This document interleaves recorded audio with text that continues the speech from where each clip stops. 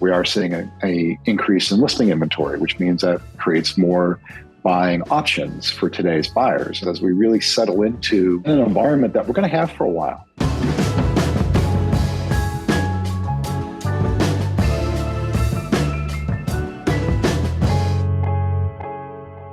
Hello and welcome to Change and the Market, your mindful guide to the ever-changing real estate world. My name is Peyton Beck, and today I'm with Joanne Gogan and Chris Masiello. In the last several episodes, we've talked about kind of this new normal and how things are kind of settling in, but we want to touch base on today what that actually means and how that's for the better. Chris, do you want to dive in?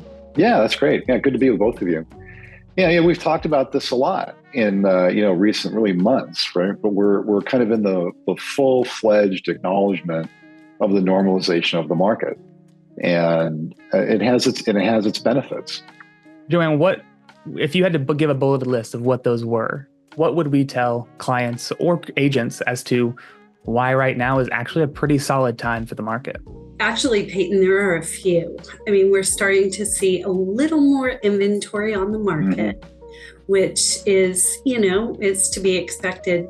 The listing activity that we're seeing with our agents is increased, but we see sellers taking a little more time, right? They're going to list their property, but they're listening to our agents with regard to staging advice, or the room that may need a coat of paint, may not. The sellers are opting to take that time to present their home to the market because we are seeing just a slight increase in the days on market. And, this gives buyers time.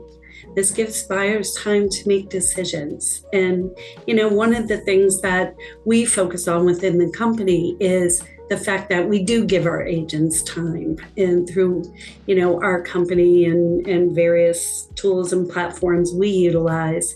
And so it's really well-rounded. It's feeling very solid that all parties to the transaction seem to be benefiting from more time to make one of the most important decisions a consumer will make, whether it's buying or selling. So. Yeah, I think that's really well said. And the opportunities, right? Now that we've moved from a phonetic environment to a normalized market, right? The opportunities that's going to present for people, in making, like, in their decision trees, like Joanne said, we are seeing an increase in listing inventory, which means that creates more buying options for today's buyers. And those are all really important things as we really settle into what's kind of predictable and an environment that we're going to have for a while. This will be probably, years. Some of the forecasting models that, we've looked at go out to 2027, where we've got, modest increase in unit growth every year and continuing appreciation. And if we get a little bit more inventory, then again, that creates all the more opportunity for buyers, that they really haven't had with a more constricted inventory marketplace, over the last, 4 or 5 years. Yeah, I'll speak to that for sure, because I did buy like prime time for, I think we were all even wearing sweatbands at the signing table because we were just did everything so freaking fast just because we had to. Right. The idea of a Zen process I'm jealous. And that was all fine because, again, houses are continuing to appreciate. But to your point, when you had a really constricted inventory in short time frames, yeah, everybody felt rushed. The agents felt rushed. Everybody did, right?